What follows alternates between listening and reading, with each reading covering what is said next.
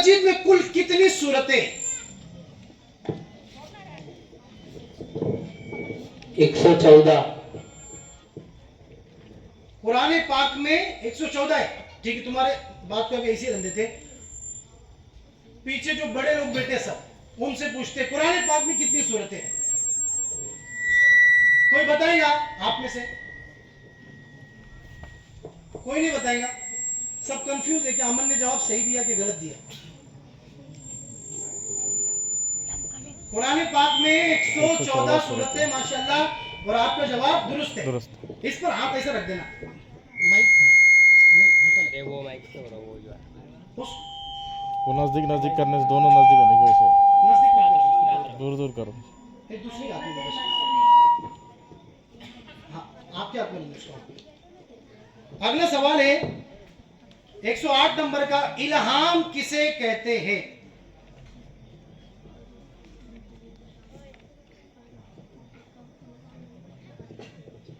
औलिया इकराम के दिल में बास औकात सोते या जागते वक्त में इल्का है, उसे इल्हाम कहते हैं। सुभान अल्लाह, क्या माशाअल्लाह, बहुत बेहतरीन। एक एक लफ्ज को है ना अलग अलग अलग अलग करके एकदम बेहतरीन अंदाज में जवाब दिया। बात का कोई मसला नहीं उसमें, वो बात जो लफ्ज बोले तुम उससे सवाल के जवाब पर कोई असर नहीं पड़ता है ना सर।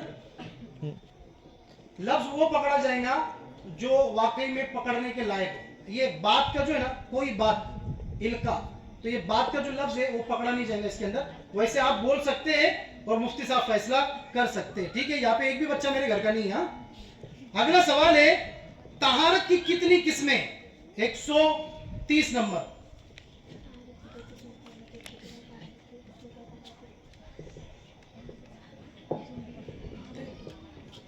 तहारत की दो किस्में हैं, तहारत सुगरा, तहारत कुबरा। तहारत सुगरा से मुराद वजू, तहारत कुबरा से मुराद गुस्ल। वाह सुभान अल्लाह, माशाअल्लाह, बहुत बेहतर।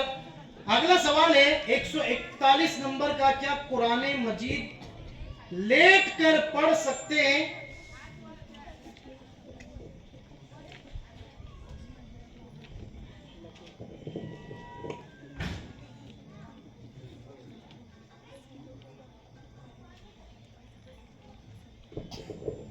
कुरान मजीद लेट कर पढ़ सकते हैं जबकि पाँव सिमटे हुए हो।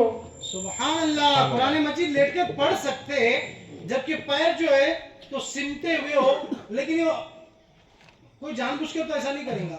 अगर किसी कंडीशन जाम है बिलफर्ज, तभी वो इंसान ऐसी कर सकता है, वो भी कुरान का शौक रखने वाला, कुरान का जो को शौक रखने वाला। अगला सवाल है, जरूरियत दीन से क्या मुराद है?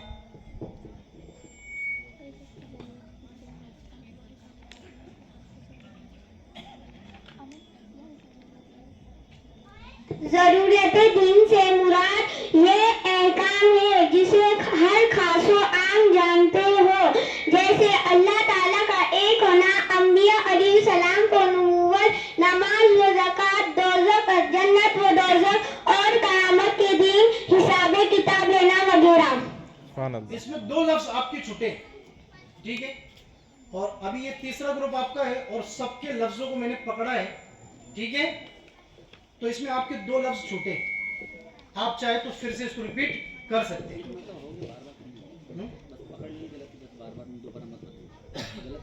हाँ, गलती हो गई तो फिर अब इसमें लफ्ज जो आपका छूटा है ना, वो ये था इस्लाम। जरूरियात दीन से मुराद इस्लाम के वो अहकाम, ठीक है, और नीचे जो आपका लफ्ज छूटा, कयामत में उठाए जाना। दो लफ्ज आपके छूटे, उस पर हजरत अपनी मर्जी से जो चाहे वो पॉइंट दे सकते हैं। अगला सवाल है, क्या कयामत का दिन हर एक के लिए यकसा तवील होगा? रिपीट हुआ, ठीक है। हाँ, वो डबल आ गया। हाँ,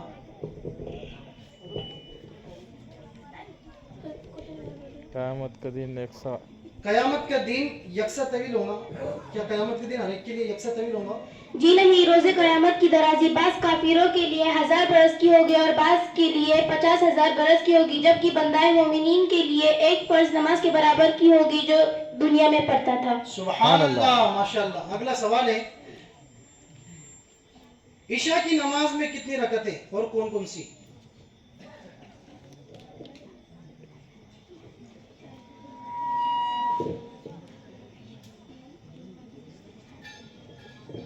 ईशा के रकात में 17 रकात है। 4 सुन्नत, 4 फर्ज, 2 सुन्नत, 2 नफिल, 3 वितर, 2 नफिल। रकात नहीं, नमाज नहीं बोली, रकात बोली।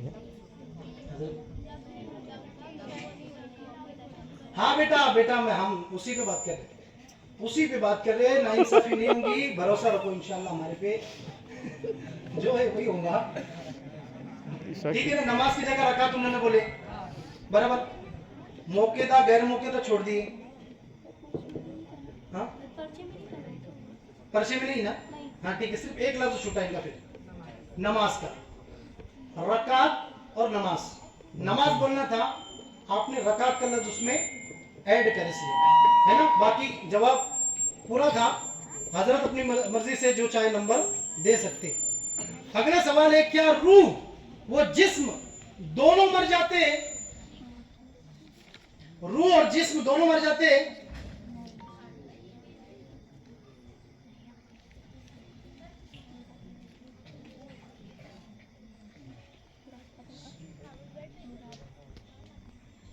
मौत के माना सिर्फ रूह का जिस्म से जुदा हो जाना, एक ये मुराद नहीं कि रूह हमेशा मर जाती है, रूह हमेशा जिंदा रहती है। आपके हिसाब से?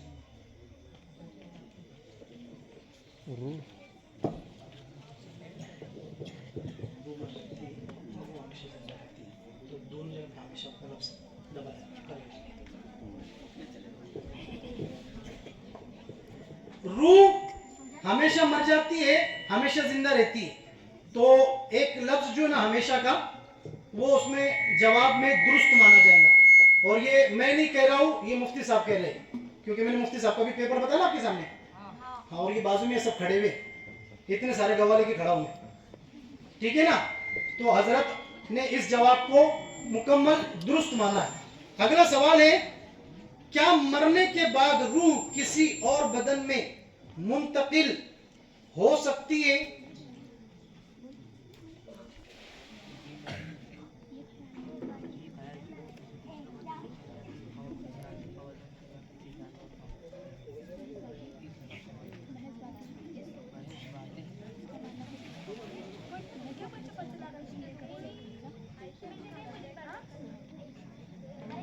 टाइम जा रहा आपका? ये ख्याल कि रूह किसी दूसरे बदन में चली जाती है, खवा वो आदमी का बदन हो या किसी जानवर का, महज बाती इसका मानना कुफ्र है। सुभान अल्लाह, माशाअल्लाह, बहुत बेहतर। आप कोई ये नहीं बोलेगा ना कि मेरे अंग में बाबा सैलानी की हाजिरी आ रही। ऐसा अगर बोला ना तो सुई चुभाने का, मालूम पड़ जाएगा कौन सा सैलानी बाबा आ रहे, है ना? कोई बोलता मेरे आंग में बाघ आ रहा, कोई बोलता मेरे आंग में शेर आ रहा, कोई बोला मेरे पास आंग में गौसे आजम आ रहे, है ना? अब नहाने धोने का तरीका नहीं मालूम उनके आंग में गौसे आजम आ रहे, बोलो।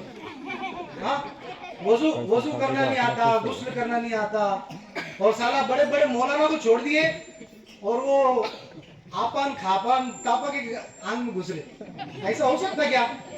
ऐसा हो सकता? हाँ, ये इस्लाम इन चीजों को नहीं मानता, और जो मानता और ऐसा अकीदा रखता वो कौन है? वो काफिर है। कौन है वो? हाँ, डायरेक्ट इस्लाम से उसका खारजा हो जाएगा, बाहर निकल जाएगा इस्लाम से। अगला सवाल है 61 नंबर का, दोज़ख में कितनी वादियां है?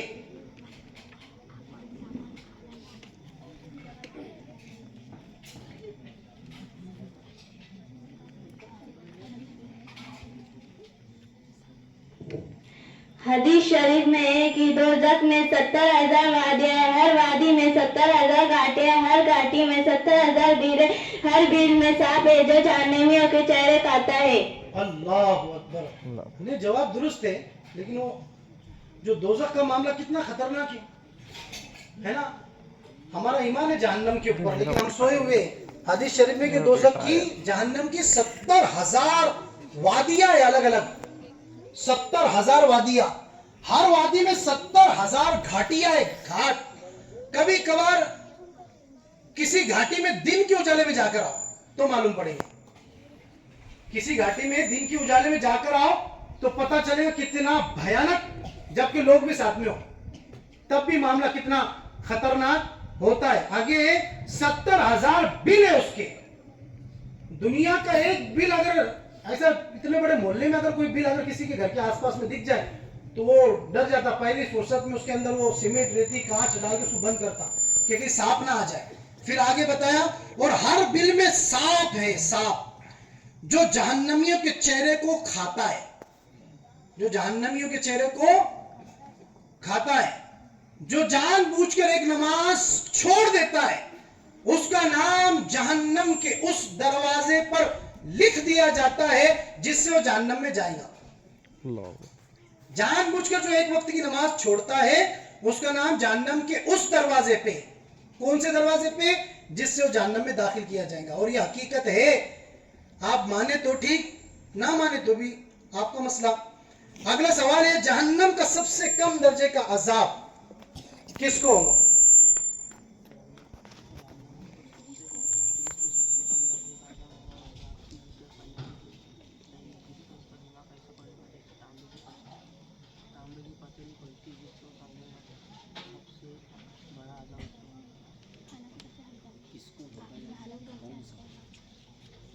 जहन्नम का सबसे कम दर्जे का अजाब क्या होगा?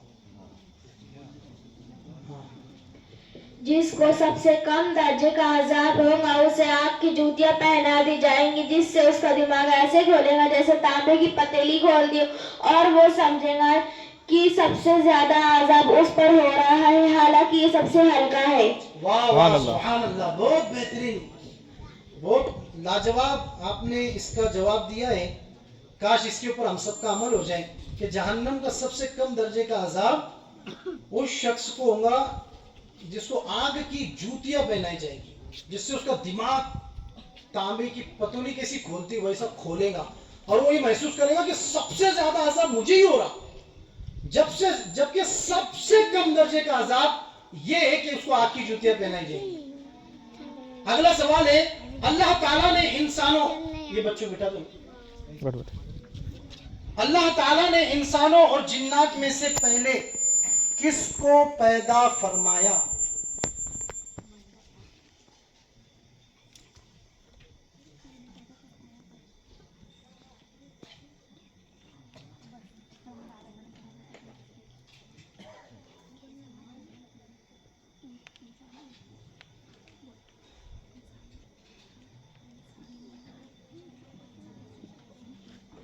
जिन्हों को इंसानों से पहले पैदा फरमाया गया। हजरत आदम अलैहिस्सलाम की तख्लीक के 2000 साल पहले जमीन पर जिन्नात रहा करते थे।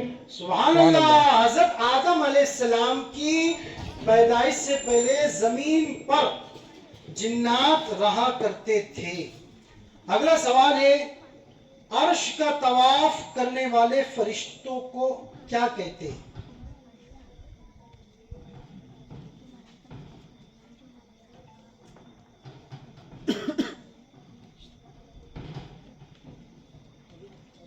बेटे बैठ लेते बेटे।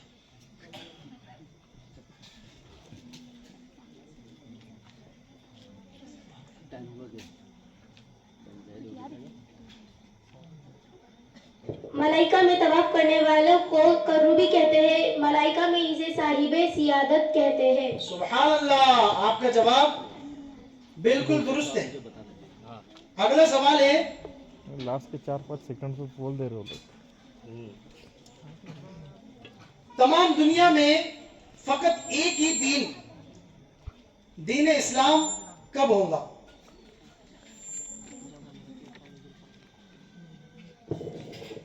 जब हजरत ईसा नुज़ुल फरमाएंगे। सुभान अल्लाह, आपका जवाब बिल्कुल दुरुस्त है। तमाम दुनिया में फकत एक ही दीन इस्लाम कब होगा? जब हजरत ईसा अलैहिस्सलाम इस जमीन पर तशरीफ ले आएंगे। अभी वो जिंदा है और आसमानों पर उनको उठा लिया गया है। और ईसाई का अकीदा है कि वो माज़अल्लाह मर चुके, लेकिन वो आसमान पर हजरत ईसा अलैहिस्सलाम उठा ले गए। कयामत के 40 साल पहले जमीन पर तशरीफ लाएंगे। अगला सवाल है, विलायत किसे कहते हैं?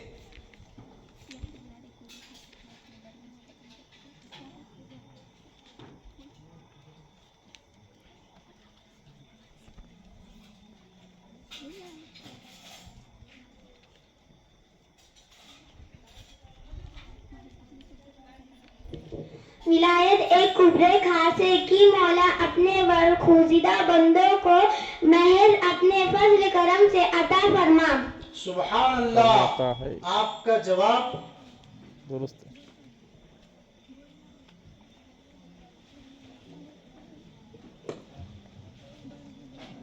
सबने सुने लिया जवाब। बरगुज़िदा बंदे बोले थे, थोड़ा सा हाँ। स्पेलिंग में गड़बड़ी, बाकी कुछ नहीं। अगला सवाल है, कुरान मजीद कितने अरसे में नाजिल हुआ?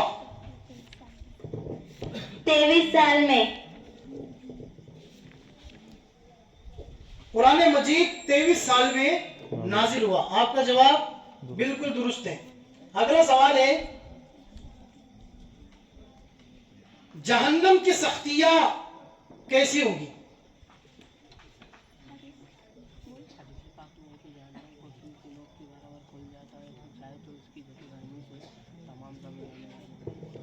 हदीस पाक में है कि जहन्नम को सुई की नोक के बराबर खोल दिया जाए तो इसकी गर्मी से तमाम जमीन वाले मर जाएंगे। सुभान अल्लाह। आपका जवाब बिल्कुल दुरुस्त है। दुरुस्त है ना? हाँ। अगला सवाल है, इतने कम दिनों में सारी जमीन का गश्त कैसे होगा? क्योंकि 40 दिन में पहला दिन साल भर के बराबर होगा और दूसरा दिन महीने के बराबर होगा और तीसरा दिन हफ्ते के बराबर होगा और बाकी दिन 24 घंटे के होंगे जो तेजी से सफर करेंगे जैसे बादल को जिसको हवा उड़ाती है। सुभान अल्लाह। आपका जवाब दुरुस्त है। अगला सवाल है, क्या किसी जाहिल बेइल्म शख्स को विलायत मिल सकती है?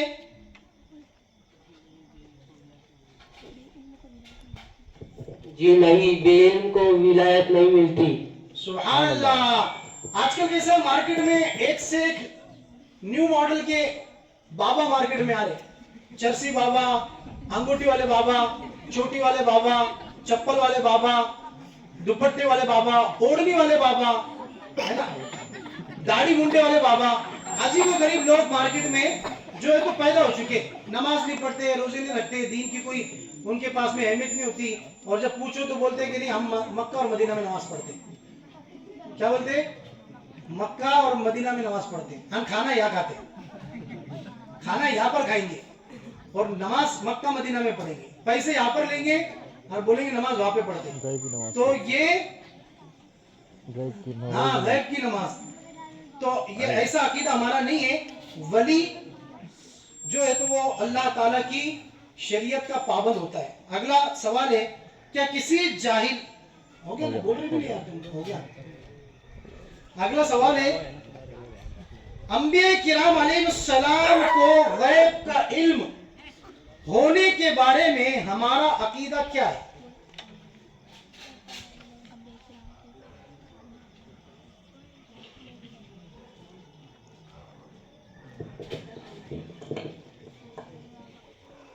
अल्लाह अंबिया किराम अलैहिस्सलाम को गैब का इल्म अता फरमाया। सुभान अल्लाह। अल्लाह ताला ने अंबिया को गैब का इल्म अता किया है। अगला सवाल है, कौन सी चीज सबसे ज्यादा लोगों को दोज़ख में दाखिल करेगी? मुंह और शर्मगाह। सबसे ज्यादा जो लोग जहन्नम में दाखिल होंगे, सबसे बड़ी तादाद में जो लोग जहन्नम में जाएंगे ना, वो दो चीजों की वजह से जाएंगे। एक मुंह जो हर वक्त चटर पटर करता, दूसरा शर्मगाह, जिसको नाक के नीचे का हिस्सा कहते हैं। ये दो चीजों की वजह से सबसे बड़ी तादाद में लोग जहन्नम के अंदर जाएंगे, है ना। तो ये जबान से बहुत गालियां, झूठ, गिबत, चुगलियां, बदगुमानी, इसकी बात उसकी बात, इधर की बात उधर की बात, ये बहुत ज्यादा निकलती है। और सबसे ज्यादा औरतों के अंदर ये आम है, इधर उधर की बात लगाने में। अच्छा, मैं सिर्फ आयशा मस्जिद की औरतों को नहीं बोल रहा, पूरी दुनिया की औरतों को बोल रहा। अगर मेरे पे केस करके पूरी दुनिया की औरत करेंगी, सिर्फ आयशा मस्जिद वाले नहीं। औरतें सबसे ज्यादा इधर उधर की बातें करती हैं। तो इससे बचना चाहिए कि किसके घर में क्या हो रहा, किसके घर में क्या हो रहा, इसमें झांकने झुकने से बेहतर है कि हम अपने घर में जाके और अपने घर के माहौल को अच्छा और खूबसूरत बनाने की कोशिश करें। हुजूर फरमाते कमा तदीलु तुदान, तुम जैसा करोगे वैसा तुम्हारे साथ किया जाएगा। तो अगर हम अल्लाह ना करे किसी घर में आग लगा रहे हो और उल्टा ऐसा हो जाए कि हमारे घर में आग लग जाए, है ना, तो इन चीजों से बचना चाहिए। अगला सवाल है, कौन सी चीज सबसे ज्यादा लोगों को दोजख में, हो गया। अगला सवाल है, औलिया किराम के किस तरह की करामत मुमकिन है? औलिया किराम से किस तरह की करामत मुमकिन है?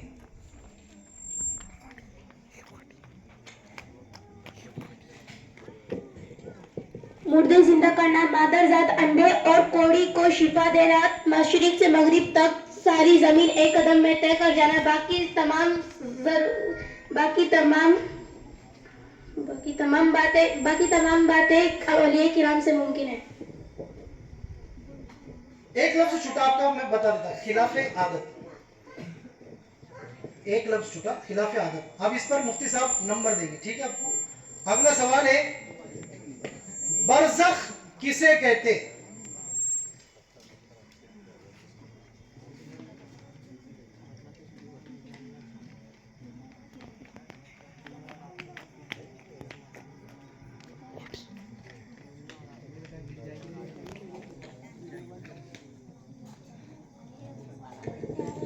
दुनिया और आखिरत के दरमियान एक और आलम है जिसे आलम बरज़ख कहते हैं। सुभान अल्लाह। आप सब सुन ले, बरज़ख किसको बोलते हैं? मर गए, कब्र में दफना दिए गए, अब वहां का जो मामला शुरू है कयामत तक, ये आलम बरज़ख कहलाता है। अब जब तक कयामत नहीं आएगी, जो अपनी कब्रों में है, ये आलम बरज़ख में, अब पता नहीं कयामत कब आएगी और पता नहीं उसके साथ कब्र में क्या हो रहा होगा। हुजूर ने फरमाया ना, कब्र जहन्नम के, जन्नत के बागों में से एक बाग है और जहन्नम के घड़ों में से एक घड़ा है। अब जन्नत का बाग किसके लिए, आप सब अक्लमंद समझ सकते हैं, और जहन्नम का घड़ा किसके लिए, ये भी आप समझ सकते हैं। अगला सवाल है, वो कौन है जिनके जिस्मों को कब्र की मिट्टी नहीं खा सकती?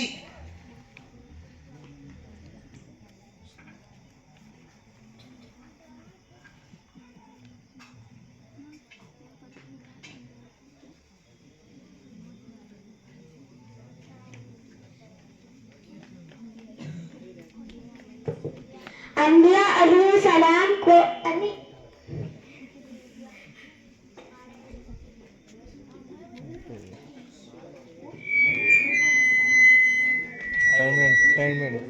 टाइम खत्म। अंबिया अलैहिस्सलाम, औलिया इकराम, उलमा, दीन, शुहदा, कुरान मजीद पर अमल करने वाले हुफ्फाज कभी भी अल्लाह अज़्ज़ व जल की नाफरमानी ना करने वाले और अपनी औकात पर दुरूद शरीफ मुस्तगीत रखने वालों को कभी आजसाम की मिट्टी नहीं खा सकती। टाइम एंड हो गया था, पहले टाइम खत्म हो गया था आपका। पहला तो ये, दूसरा ये कि इसमें 4-5 गलतियां आई है।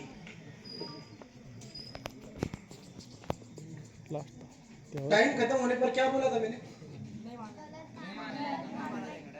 0। ठीक है,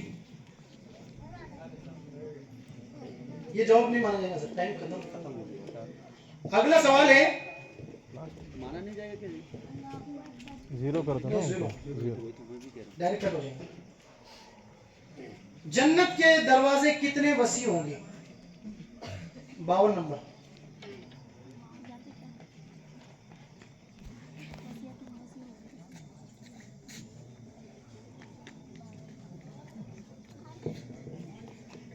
जन्नत के दरवाजे इतने वसी होंगे कि एक बाजू से दूसरे बाजू तक के 70 घोड़ों के बरस की राह होगी। घोड़ों की 70 बरस की राह होगी। मुसाफिहत थी। क्या बोल रहे हो? आप जो बोल रहे समझ रही हैं। हाँ मुझे वही देख रहा। मैंने बोला तेज, मैंने तेज। आपसे सुन लूं फिर मैं बोलूं। एक लफ्ज छूटा है ना, तेज तो छूट गया मैं। तेज, तेज रफ्तार।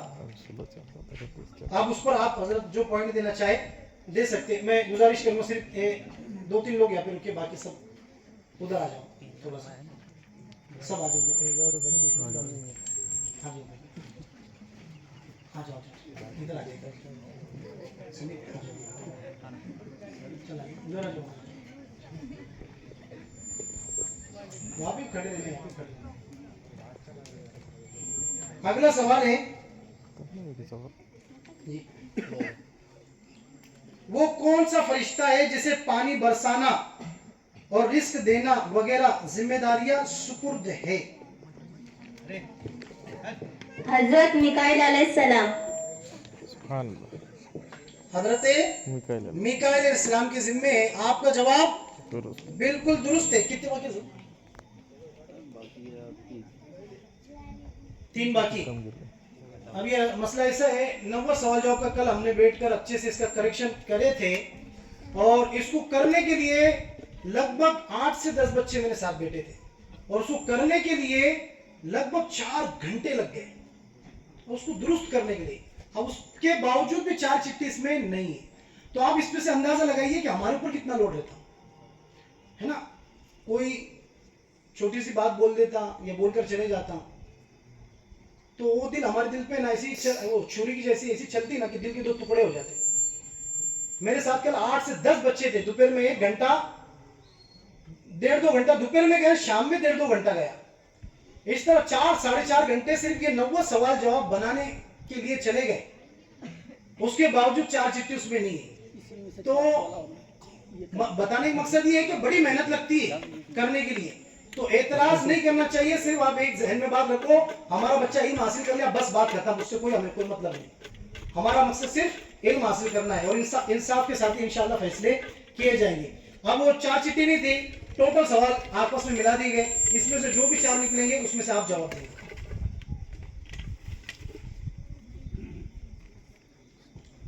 अगला सवाल है, काफिर के लिए उसके मरने के बाद मगफिरत की दुआ करना कैसा है?